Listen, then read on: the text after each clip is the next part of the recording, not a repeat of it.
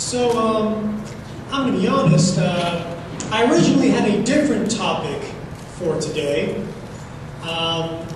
As of Tuesday, I was still looking into a different topic. It was going to be about the early church. But then as I began reading some more and going through some of my old research, I came to realize that a lot of what the early church had to deal with was various heresies and heretics that threatened to destroy the unity of the church, and which indeed caused a lot of confusion and splits. So I thought, why not talk about these heresies and the heretics involved with this? Now, the word heresy and heretic, we really don't hear that word used too often anymore. Mostly on account that it will offend certain people who are labeled a heretic. It could also be that there's a time where we used to burn them. We've gotten past that, thankfully, but yes, that we did used to do that at one point in time. Now, a heresy is something that goes against the right teaching, the regular teaching, in this case, the teaching of the church. There's some different idea or doctrine that is used to replace it. And of course, the one who proposes these things and supports these things would thus be called heretics. Now, in the history of heresies and heretics, not all of them were you would call evil men who are simply out to destroy the church. Some were well-meaning. They just happened to be wrong. Some did it for selfish reasons, and some were simply confused, or perhaps they were overreacting against an abuse they saw. So there's very different reasons for how a heresy comes about and why someone would support it against the church. And then there were different ways on how the church was able to deal with these heresies and heretics. So today we're going to kind of go through some of the major ones, or the more well-known ones throughout the church's history. Now, the vast majority of them, at least through my studies, happens in the early church, when the church is still trying to formulate its doctrines and still trying to figure out its proper understanding of the positive faith, of the teaching of the apostles, of the teachings of Jesus, and how to interpret the scriptures, or for that matter, what is considered scripture. So in the early church, several hundred years, people were still trying to figure everything out. Now, one of the earliest heresies to arrive was in the early 2nd century even. And they were known as Gnosticism. And the people who supported this were known as the Gnostics. The Gnostics, the word Gnostic comes from the word for knowledge. And the reason is, those who were Gnostic, they consider themselves having this secret knowledge that they were given and no one else has. And if you had this secret knowledge, you were then superior to those who didn't have it. Now, Gnostics kind of had a very broad range of ideas and how to interpret different things. But again, they began appearing pretty early on in the church's history, and by the 2nd century, there's a good number of them. Now, they didn't quite have the organization that the regular church had at the time. So it's kind of harder to try and define and figure out where they are and what they stand for. But here's what we can say for sure. For the Gnostics, the material world is evil, and only the spirit is good. And if you're able to get this secret knowledge of these facts, you are saved by this knowledge. So it's not salvation by faith, this is salvation by having this knowledge. And thus again, you were considered now superior to all the rest. Now, because you had the secret knowledge, what could end up happening is well, I've got this knowledge that says we have to do things this way. Or another Gnostic would say, well, I have this secret knowledge that says we ought to do it that way.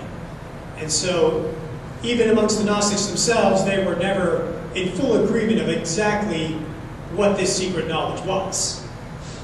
But you had it, and thus you were saved. And so, the way they put it was, in all of us we have sparks of what they would call the divine, the supreme being, if you will. And there's this evil God, if you will, who traps the spirits into this evil material world. The material world is meant to trap our spirits. And it was created by this evil God. And the true divine being, he sends this being who is known now as Jesus to inform us and free us and to tell us that we are actually spirit. And for those who are in the know of the true knowledge that Jesus gives you, those who have this true knowledge will be saved. And so, basically, you must have this true knowledge. And thus, if you know Jesus, if you're in the know, then you can be saved. And everyone else, well, they're not as smart. They don't have this knowledge. They're inferior to us who know better. So you really have kind of this arrogance, this air of superiority about them. Now, it's interesting because since the material world was evil, people interpreted that two different ways. You had one group that said, well, if the material world is evil, that means we must deny the material world. That means we have to deny our flesh. So let's not marry, let's not procreate. Otherwise we'll bring more trapped souls into the world. So don't procreate. The material world is bad, so they were very ascetic, very much denying of material things. But then you had some who took that in the very opposite direction. And they said, well, if the material really doesn't matter, if we're just really pure spirit, and the material world doesn't matter, then technically we can do whatever we want with it. What we do with our bodies doesn't really matter. So they indulged themselves with material things, thinking, well, it just doesn't matter. So they went in the opposite direction of another group. And so they also did not care for the Jews at all, because they felt the God of the Old Testament was the one who created this material world to trap us in it. And they also said that Jesus did not take human form, because that would be crazy. The material world is easy. So this Jesus, this divine being, he would never have taken a true human form. So they would say he was something that another group called the Docetists would later say, is that Jesus only appeared to be human. Yeah, he looks like he's walking around, but he's really not. It's just like an image we're seeing. It's just an image that's being projected to us. So Jesus is not really human at all. Which also means he did not actually suffer, he did not actually die, he did not actually rise. Just an appearance. And so the Gnostics, again, this is very early 2nd century that these Gnostics are around. Now, I had one professor at school who basically said, all the problems of today, all of the issues in the church can be traced back to the Gnostics, that the Gnostics continue to exist in some form today. And in one way, they may be right. Something you will often find as we go through these list of heresies is that you'll start to see a lot of similarities. That, well, didn't someone think this already? Or this sounds like this older heresy. Someone once told me that once a heresy comes into place, it never really goes away. It just changes form, or how it's expressed, or what group it is. And so, in terms of Gnosticism, you can kind of see this today a little bit, where there's kind of like a split, say, between the spirit and the material. Of course, we believe that as human beings, we are a composite of material and spirit together in one. The material is good, the spirit is good, and the material world is not evil. Perhaps corrupted because of our fallen world, but it was not made evil. God made us good, and he made us as a combination of spirit and material, which is also why we say on the last day, at our resurrection, we will rise not only in spirit, but in body as well. But you'll have some people today say, well, it doesn't matter what I do with my body, it's just a body after all, just some material and nothing more.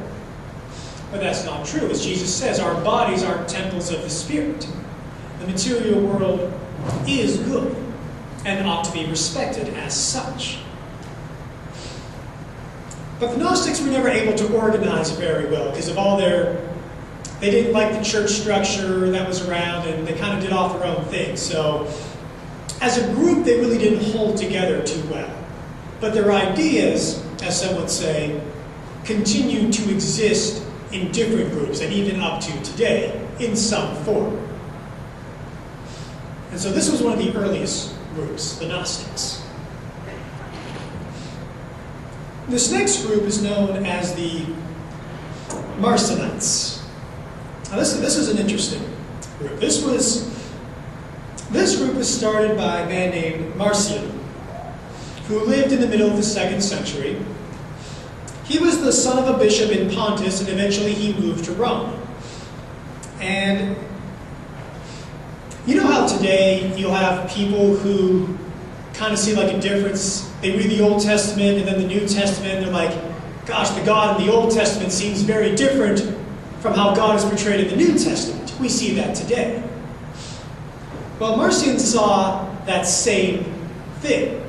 He says, man, this Old Testament God, he seems very vengeful and wrathful and out to get you. And then there's this, how he's portrayed in the New Testament. He seems full of mercy and grace and forgiveness. You know, how do we reconcile this? Well, here's his solution. There are actually two gods. There is a God of the Old Testament and a God of the New Testament. And the God of the Old Testament, he's not necessarily evil, but he's very legalistic, and he demands strict justice. The New Testament God, however, is the true Father of Jesus, who was completely unknown until Jesus revealed him to us. And so this is the good God who gives grace and forgiveness. Therefore, Marcion completely rejected the God of the Old Testament, and the Old Testament completely for that matter. Now, Marcion, he decided to create his own version of the Bible. Now, at this time, the Bible was not yet completely formed and codified.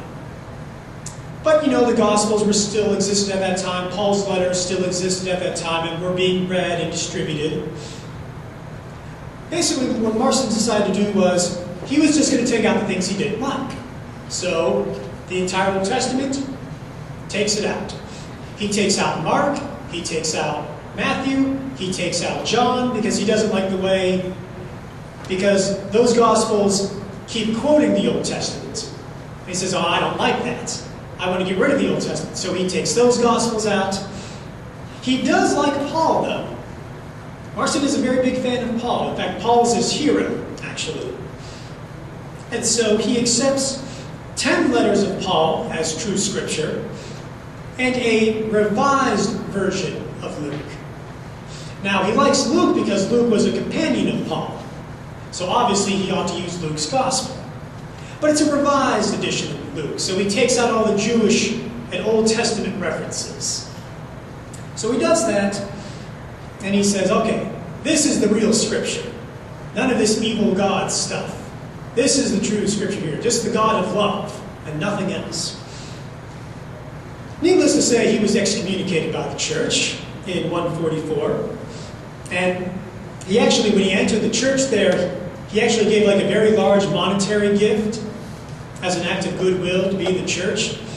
And after he was excommunicated, the church basically gave his gift back and said, we don't need this anymore. because you're spouting nonsense here. So they give that back. But that didn't stop Marcion. He worked to spread his church and his own version of the gospel. And they tended to be very ascetic because, after all, they often were very ascetic, following Paul's example, usually. And he also said that if you were married, you could not be a full member of the church. So that would disclude about nearly everyone in this room right now. So I'm sorry, you would be no good for Marcion's church. He said only virgins, widows, and eunuchs could even be baptized. So if you were married, you had to wait for one of your spouses to die, and then you could be baptized. So if you don't feel like waiting, well. And so Marcion worked to spread that church, and I think his church existed in some form for a few centuries after, but eventually it just fell apart or was suppressed by outside forces. And so that was Marcion. It all started because he couldn't quite reconcile the two testaments. And then he just went off on some big tangent, and that's what became of him. Now, another group that came up in the 4th century was a group known as the Donatists. Now, this is a very interesting heresy here. It was named for Aelius Donatus, who was Bishop of Carthage. And what was happening was, in the early 4th century, this is when Christianity was legalized. It was the Act of Toleration, the Edict of Toleration came about by the Emperor Constantine, so the Christians could now worship in the open. But just before that was the Diocletian persecution, which was an empire-wide persecution of the church. It was very tough, very brutal on the church. And during this persecution, there were those who denied their faith. There were those who turned over the scriptures to the authorities so that they would be destroyed, but save their life in the process. And this was done by even the clergy as well. So afterwards, after the persecution's end, well, those clergymen, those people who denied the faith or compromised, they wanted to come back. Well, the Donatists thought, well, since you compromised, your orders, your baptism is no good anymore. You have committed these sins. Therefore, you can no longer celebrate the Eucharist. You are no longer able to hear confession. In fact, you even need to be re-baptized as a result. That you could lose that grace. And now, for you are not worthy to celebrate these sacraments. Well, first of all, none of us are worthy to celebrate the sacraments. But this is what the Donatists didn't understand. You see, if you gravely sin, you cannot administer validly. It would become invalid, so nothing would happen. You couldn't consecrate, you couldn't hear confession, you couldn't even baptize. And so the Donatists began to re-baptize people who had sinned. Well, that is not church teaching. Once you are baptized, you are baptized. That mark never goes away. Baptism is a one-time thing. Now, what about the priests or the bishops who may have sinned? Do they need to be reordained? Do they need to be re-baptized? Well, the answer is no. And thankfully, we have St. Augustine to help us with this. You see, St. Augustine rightly said that it is not the priest or the bishop himself who is consecrating the Eucharist. It is Christ who does it. It is Christ who works through the minister. The minister acts as an instrument of Christ. It is Christ who is baptizing. It is Christ who is consecrating the Eucharist. And therefore, regardless of the spiritual state of the person, Christ still works through them. And so, what Augustine had to say, as well as others, that yes, did these priests and bishops gravely sin by their acts? Yes, they did. We don't deny that. Does that mean they've lost their baptism? No. Does that mean they've lost their mark of ordination? No. They still are able to validly do that. Because with the Donatists, they were basically denying the power of Christ that's working through them. They were saying, well, it's the power of the person themselves, and if they're not pure, if they're a sinner, well, they lose that power, that gift. And Augustine and the others say, no, that is not true. That is why Augustine worked hard to stop this. Well, it leads up to another point. So, if you are a bishop who has sinned, that means you couldn't actually ordain anyone else either. And Augustine and others basically said, well, if what you're saying is true, then the apostolic line is going to be broken in no time, if not already. Because if you've lost your ability to ordain, then anyone you ordained is no longer valid. You've broken that line of succession, and the church is going to be wiped out in no time, if not already. Thankfully, what Augustine said is true. That it is the power of Christ working through the minister, and not based on their own spiritual merits. Christ is the one who works, which is why they had to work to fight off this heresy. Now there was another man, a little bit later on, named Pelagius. He lived in the late 4th and early 5th century. Now, Pelagius, he was living in Rome at the time, and when he was in there, he saw people not living a very good Christian life. And when he would ask, aren't you Christians? Why aren't you doing better in living a good Christian life according to the teachings of Jesus? And people would make the excuse, say, well, we can't do it because of our fallen nature, our frail, sinful humanity, so why even try? We can't bother with this. We're just too weak anyway, so you can't expect us to do this. Well, Pelagius was bothered by that, and so he came up with his solution. Pelagius said that one can achieve their own salvation through their own free will, through their own merits. One could achieve moral perfection without the grace of God. Now that's very wrong, because we are saved through the grace of God. We need God's grace to be able to perform good works. We need God's grace in order to be saved. Pelagius says, well, no, if you just work hard enough, you can be good on your own. Yes, the grace of God can help you, it can assist you, but you really don't need it. The grace of God, his sacrifice on the cross, well, that's more of Jesus showing a good example of how to act. You don't need his saving grace. You can do it on your own. And so Pelagius began preaching this doctrine, and those who were following him became known as the Pelagians. And so he denied original sin. He says, when Adam fell, he merely hurt himself and set a bad example for everyone else. Of course, as Catholic Orthodox teaching says, the sin of Adam caused a weakness in human nature that is inherent now in all of us, in all succeeding generations. But Pelagius would say his descendants were not affected by Adam's sin. Pelagius says that a person is born with the same purity and moral abilities as Adam when he was first made by God. And he taught that people can choose God by the free exercise of the will and rational thought.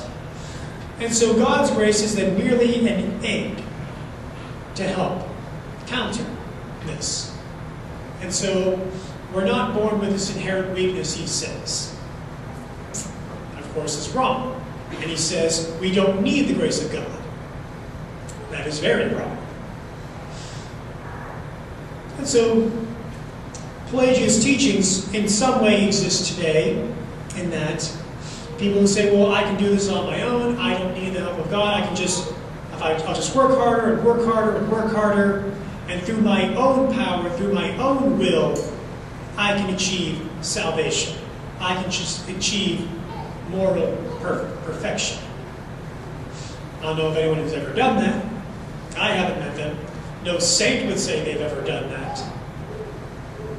So I don't know what Pelagius was talking about here, but I don't know if even he thought he was doing that. But that was the issue. And of course he was combated by the various theologians of that time, including, again, Augustine himself.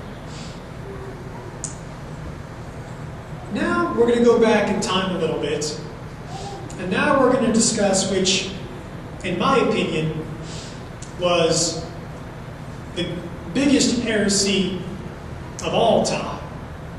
And I'm referring to the Arian heresy.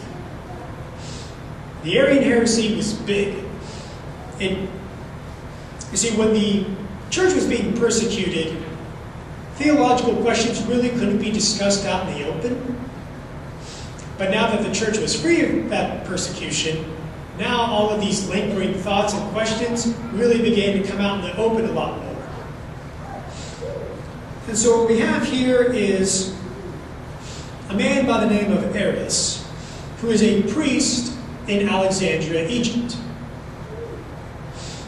Now Arius started out by basically calling his own bishop a heretic. And why did he say that? Arius believed that Jesus was not fully divine, that Jesus was not truly God. And he called out his bishop for saying that Jesus was God. And Arius says, no, that's not true. You see, according to Arius, Jesus is still a being greater than us. He is still the firstborn of creation. He is still created by God, but he is a being much greater than us. And he is a created being who is not consubstantial with the Father, who is not one in being with the Father. He said Jesus is of a similar substance to God, but he is not the same. And so, one of the reasons he came up with this was he used Scripture to support his opinion. He, in the 8th chapter of the book of Proverbs, verse 22, there's a passage there which talks about God creating wisdom. And wisdom was always associated, the wisdom of God was always associated with Jesus. And so Arius uses this and others to say, well, you can see in these texts here that the idea of the firstborn of creation, the wisdom being the first of creation. What this clearly means is that Jesus, the Son, is created. That means Jesus had a beginning. And therefore, Jesus is not truly divine. He is not truly God. Still greater than us. Still a being more powerful than us, but he is not truly God. Now, the opponents of Arius began to say, now wait a minute. You're reducing the Son to a demigod. You're basically reintroducing polytheism a little bit, because the Arians, they still worship the Son. They still worship Jesus. Well, now they're saying, now wait a minute. You're basically saying there's two different gods we're worshiping here. That can't be right. And they said this also undermined redemption of ourselves, because only the one who is truly God and truly man could have reconciled God through his sacrifice on the cross. But if Jesus is not truly God, then how is this going to work? Now the problem with this is Arianism was very widespread. It had the support of a lot of the clergy. It had the support of many bishops. And it even had the support of the emperor himself. they seem to agree with this position. And so, because of the issue, Emperor Constantine called a council in 325 at Nicaea. This would be considered the very first ecumenical council. Because after all, Constantine, he doesn't want a divided Christianity. He wants this matter settled. So they call a council together to determine this. Is Jesus truly God? Is he of the same substance as God, or is he just similar substance? And so arguments would go back and forth. The Arians would use their scripture references. The Catholic Orthodox position would use their scripture references. And they would go back and forth. And sometimes the arguments would get very heated. And some people would get very upset. There's a famous story during this council where Arius is up giving his position. So he's up there giving his position to the entire council there. And there in attendance at the council is St. Nicholas. The very St. Nicholas who, of course, becomes Santa Claus, of course. Well, St. Nicholas is there because he's a bishop. And he's hearing Arius talk about it. And he doesn't like what Arius is saying, that he's denying that Jesus is God. And he gets so upset that he comes down, he gets up out of his seat, goes down, and punches Arius. Nicholas was reprimanded for that. But it shows, this was a very heated issue for some people. And it was very important that this gets clarified. Well, in the end, the Catholic Orthodox position, those who supported that Jesus was truly God, they look to their scripture, then they look at the tradition of the apostles. Look what was handed on to us. Nowhere do you see this idea that Jesus is less than God. It has always been in our tradition of the teaching of the apostles that was handed on to us that Jesus Christ is truly God. And so eventually, it was determined at the council that yes, Arius' position is wrong, it is to be condemned, and to safeguard the true position, we are going to formulate a creed, which they did. We call it the Nicene Creed, which you hear at Mass every Sunday, where they said, begotten, not made, consubstantial with the Father. Jesus was there as God in the beginning with God, no beginning, unlike what Arius says. And so the Arian position is condemned, and you think that would have been the end of it, but that was only the beginning. For you see, Arianism continues to grow. That doesn't stop them from continuing to preach and teach their methods. And so, 25 years or so later, the Eastern Emperor Constantius II, he supports the Arian position. And now we're at the point in time where church and state has really become one, which is a very natural thing to do in the ancient world.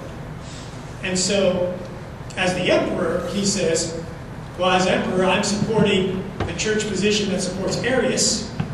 So, everyone who believes otherwise, the Catholic Orthodox position, we're going to wipe them out. We're going to suppress them. We're going to remove them from office. We're going to destroy their creeds. We're going to change their creeds. And so Arianism actually began to grow at that time, especially in the eastern part of the church. To the point where St. Jerome said, the world woke up to find itself Arian. So prevalent was it. And so the Arians actually went further. Some were saying, well, Jesus is no longer similar. He's now like God. He's just like God now. So now they're denying Jesus' divinity even further at this point. Now, one of the great defenders of orthodoxy here would be St. Athanasius. And he had to suffer to do it. That poor guy was exiled 5 times by 4 different emperors for defending the true Catholic Orthodox faith against the Arians. He kept it up. And so, also through the help of Basil the Great of Caesarea, Gregory of Nyssa, and then also Gregory of Nazianzus, they were able to, through their teachings, through their works, through their writings, they were eventually able to stem the tide of Arianism and begin to turn against it. And so finally, another council took place. In 381, a council at Constantinople this time. This time, Arianism was, again, condemned, denied, you're wrong, stop teaching it. We're going to tweak the creed a little bit, and the Nicene Creed is approved. But there were still other times Arianism still had to be shut out through amongst other groups, but the reason Arianism was so great was that it denied Jesus' divinity and that it was very widespread all throughout the church. A lot in the East, but even in the West as well. And many saints, many theologians had worked very hard to convince people otherwise. And of course, you also needed the support of the state as well to help do that. Very widespread, but in a sense, you still see Arianism today. Those who say, oh, Jesus was just a preacher, a man who lived, but he wasn't really God, maybe just kind of like a prophet, but he wasn't God at all. So you still see elements of that even today. Well, now we're going to jump ahead several hundred years to the Middle Ages, to a group known as the Albigensians, who are sometimes known as the Cathars. And this was a group that really flourished in southern France in the 12th and 13th centuries. And they were given the name Albigensians because one of their strongholds was in the town of Albi in France. Now, the Albigensians had a dualistic belief. They said that there was basically 2 equal forces in the world. There's the force of good, who is represented by God, and a force of evil, which is represented by Satan. And then there are these 2 opposing forces. Now, right away, this is wrong because in Catholic teaching, God is the author of all that is good. Evil is simply a privation, something that is lacking good. It does not exist in itself. Even Satan was once an angel created good. He is not a pure evil being in that sense. It almost kind of sounds more like Eastern philosophy and Eastern religions, where there's this equal force of good and evil. But that's not the case, of course. And they held that the physical world was evil and created by this demiurge, this evil force, which they call the king ruler of the world, which they would get because, after all, Jesus describes Satan as the ruler of the world, the prince of the world. So they said that the physical world was evil. Where have we heard this before? We've heard this from the Gnostics. And so their views was that there was no incarnation with God, that God is a being or principle, is a pure spirit, and that material world taints the spirit. Again, where have we heard this before? And that the true God, the God was God of love, the God of order and of peace. And thus Jesus was an angel who only appeared to have a body. Once again, we've heard this before. He only appeared to have a body. And whatever you see him do in the New Testament, it's just an allegory. It didn't actually happen. And so the physical world and the human body are the creation of evil, And therefore, asceticism is encouraged, sexual abstinence is highly encouraged, and in some extreme cases, they said, you're actually better off just killing yourself because the material world is bad. And one of the reasons why this group came about was what they saw was a contempt for the clergy, which they saw some of them were very ignorant or worldly or lived scandalous lives. So this was a heavy reaction against that. And so they said that the true end of our being is liberation of the soul from captivity. Because after all, if the body is evil, the soul needs to be free from it. Which again is different from the true understanding of we are body and soul together. Both were created together and both are created good.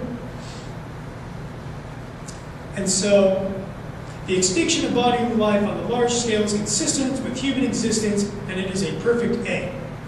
And of course, if the body is evil, they would say that there is no physical resurrection of the dead. You die, your soul goes to heaven, that's it. No physical resurrection at all. Thus they would say the same thing. If you read Scripture, Jesus would not have truly resurrected. That would not have happened according to them. Now they were combated by the Dominicans, who were pretty new at this time. They had newly formed, and they worked hard to combat the Cathars, these Albigensians. Now, at this time, again, church and state are still very much one together. I know it's a little harder for us to understand who live in a world of, and especially a country of separation of church and state. But you must remember, in the ancient world and even through most of human history, the two would have gone together naturally and no one would have thought to think otherwise. So if the state had to interfere in the business of the religion, and if they had to use force to hold up a certain belief, no one would have questioned their ability to do so. So what do you see happen here? Pope Innocent III, he is attempting to roll back these Cathars, these Albigensians, but he's not getting any success. And then one day he has a legate, basically an ambassador to them, and the Albigensians, the Cathars, they kill him. He is not happy about him, so he actually declares a crusade against them. So he asks for armies, military, or countries to deal with these people. Basically, destroy them. They're causing problems. They're causing too many problems. They killed my ambassador. We need to destroy them. And so they did. They attacked their cities where their strongholds were. The French army intervenes and takes them out. Again, in those days, no one would have thought that was out of their right to do so. We certainly today would not have supported such a thing. We're actually, I think, fortunate that the church has less temporal power, so they can focus more on the spiritual realm. But that's what we did. And there would be other times with other heretics or individuals where if they refused to recant, they were causing problems, they were spreading misinformation. The natural cause was to eliminate them, burn their works. Again, not something we would ever condone today, but back then, no one would have thought anything of it. Now during the Middle Ages, there would have been other little groups of different individuals or heretics during this time, but I don't have time to get all of them. I will just briefly touch on Protestantism, because Protestantism is very, very varied. There's a whole lot of different forms of it. You really can't say much about it as one large group. So I'm just going to briefly touch upon the Protestants, basically saying they are reacting against church authority. Luther himself originally just wanted to reform the church. He eventually splits to form his own.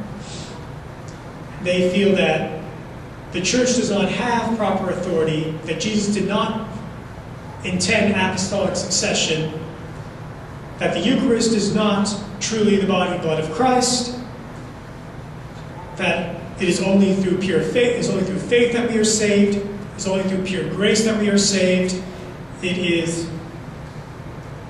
We can only look to the Scripture as true authority. The church does not have the true authority to interpret Scripture.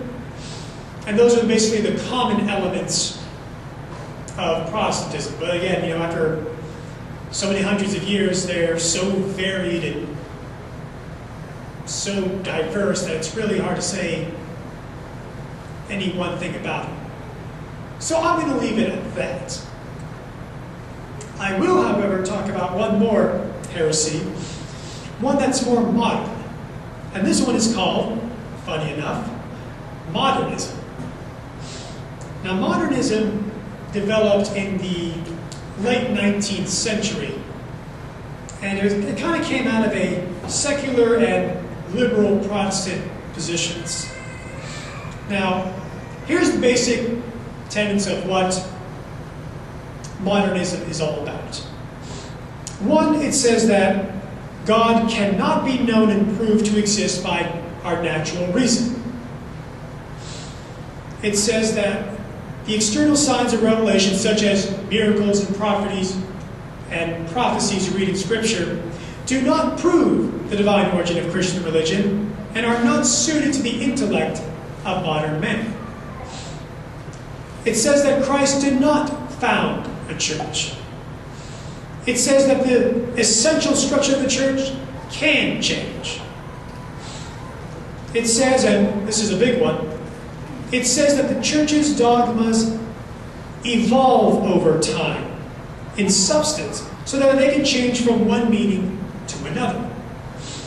And it says that faith is just a blind religious feeling that wells up from the subconscious it's more of like an emotion and for a well-trained morality. Faith is not really an ascent of the intellect. It's really more based on emotion. Now, concerning this evolution of dogma, in the church, we have something called the development of doctrine, which means that over time, our understanding or how we formulate or define or how we formulate a dogma or doctrine can change. How we understand it. So we change the definition slightly. But our true essential teaching does not change. And we've talked about this before regarding sacraments, regarding Marian dogmas, regarding Christological doctrine. But what they're saying here is that dogma can evolve based on our understanding and social circumstances of the time. And thus, this heresy is actually unique in that people who are modernists would say, yeah, those who taught this 500 years ago, they were fine in teaching and believing this. That's okay. You can't say they were truly wrong because that was just their understanding at the time. Well, now we are changing it based on our new understanding. It's completely different from 500 years ago, but now we're just changing it to fit a new society, to fit how we see things now. So basically what you see happening here is now doctrine and dogma is now changing to fit personal standards today. And that's a big thing when it comes to the case of morality. So now the morals can change to fit a certain time and fit a certain way. Now we'll just change it. Our society doesn't believe in that stuff anymore.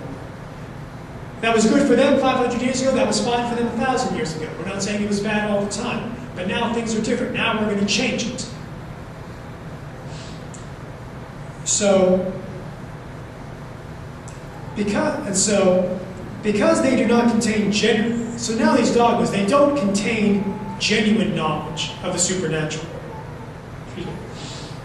And because they're relative, you can just change it based on how they imagine it, how they interpret it.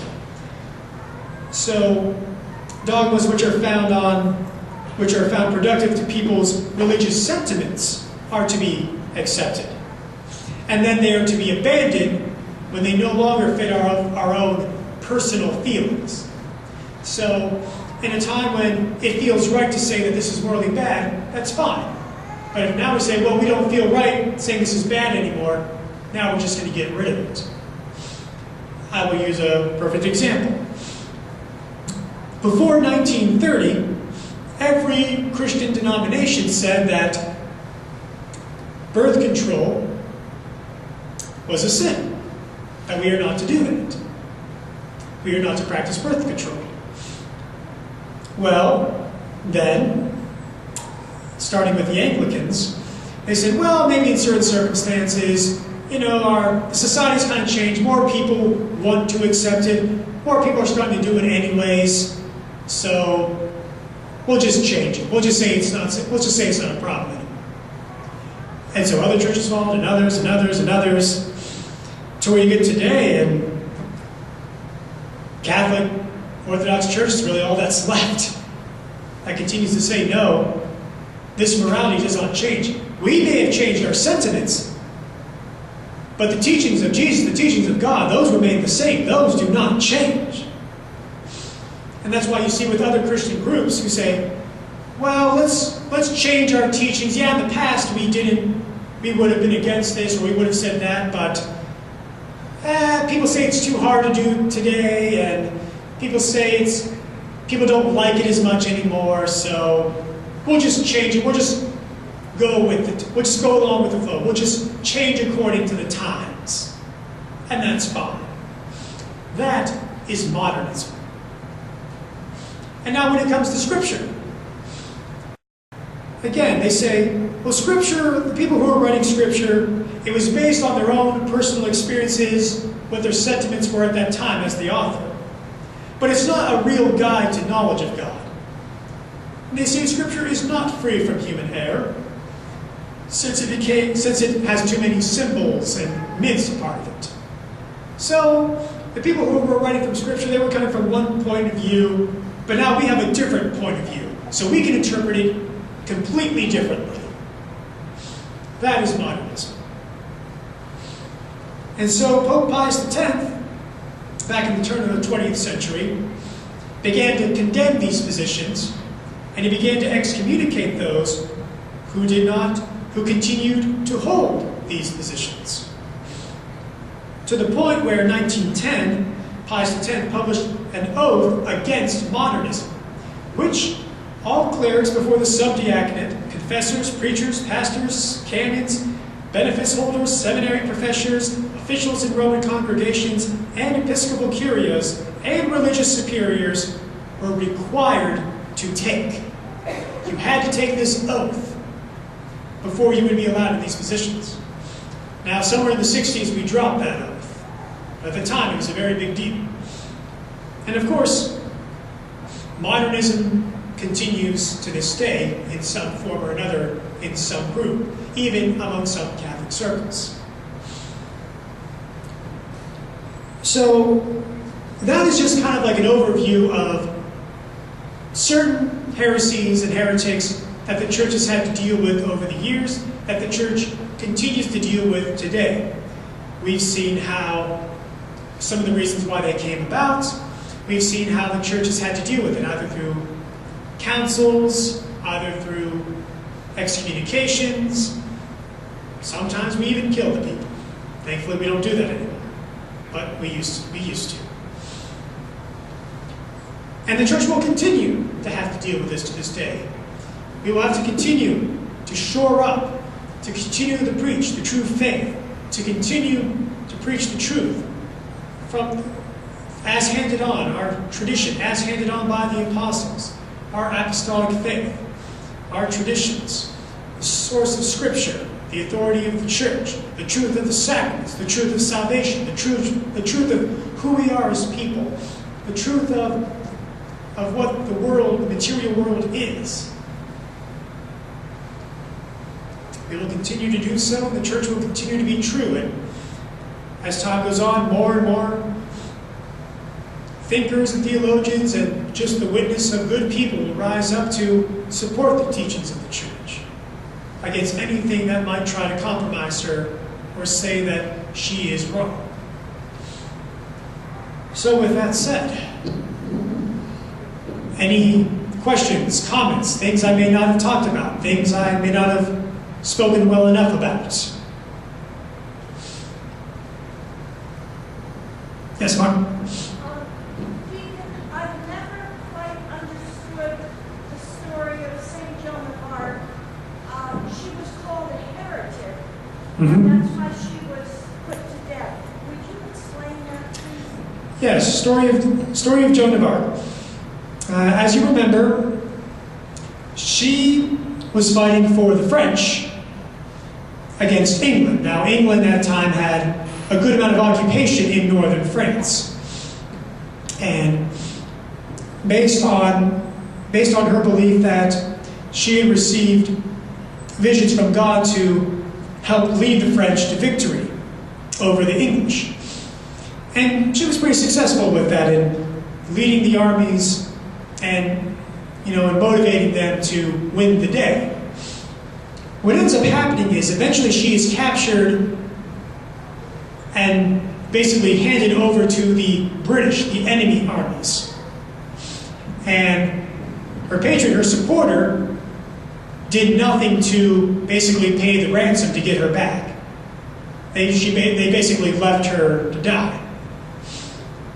So, in the hands of the British, it was the British and the English bishops.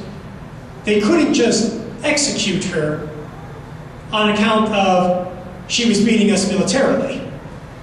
But if they could convince everyone that she was a heretic, then they could. So they basically trumped up charges against her. I mean, after all, Joan of Arc was not a trained theologian, but she was able to still answer their questions very well. That being said, they trumped up charges against her, declared her a heretic, and then burned her as a result. Everywhere else, including the Church in Rome, said that this is outrageous, and it was the Church of Rome that said, no, the English bishops, they were wrong, these were trumped up charges. She was never truly a heretic. She did nothing that was against church teaching, against the teachings of the faith. It was just the enemy coming up with, they needed something to use to kill her, so that's what they did. She was never a heretic. She never said any heresy. And that was that situation. Does that answer your question? All right. Yes? What's helped me to better understand heresy is what the Catechism says, 2089. And it says, heresy is the obstinate, post-baptismal doubt or denial of some truth that must be believed in divine and Catholic faith. So, when someone strays from the teaching of the Catholic Church, it's really heretical. Now, we're not judging the person, but we're judging the talk and certainly the behavior. As a former Protestant, I understand that very clearly about what is heresy. The second thing, just briefly, is I absolutely concur with your statement that Arianism probably was the worst heresy of all times and continues today. Primarily we see it in Islam, because when Muhammad was fleeing from his enemies before he became great in strength and numbers, he sought refuge for 3 years, I think it was, in a Christian community, but it was an Arian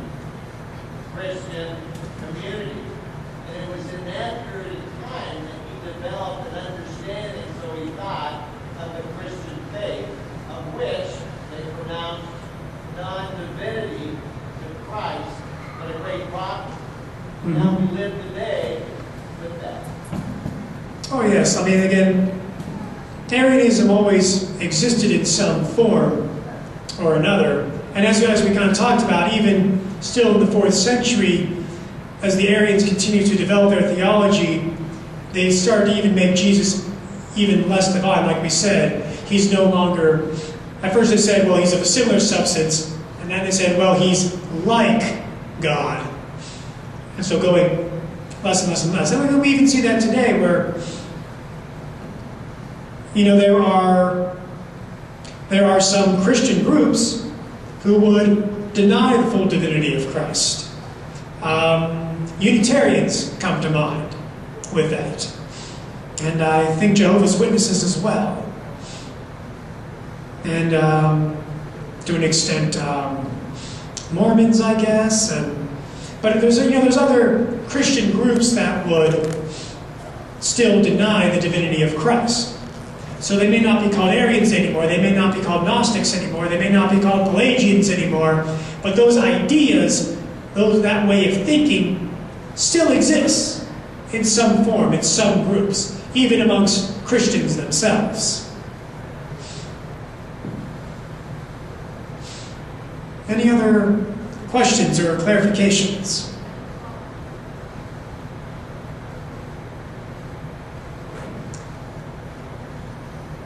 All right. With that said, thank you very much for coming, and thank you very much for bearing with me since I was a little late today. I was getting my picture taken.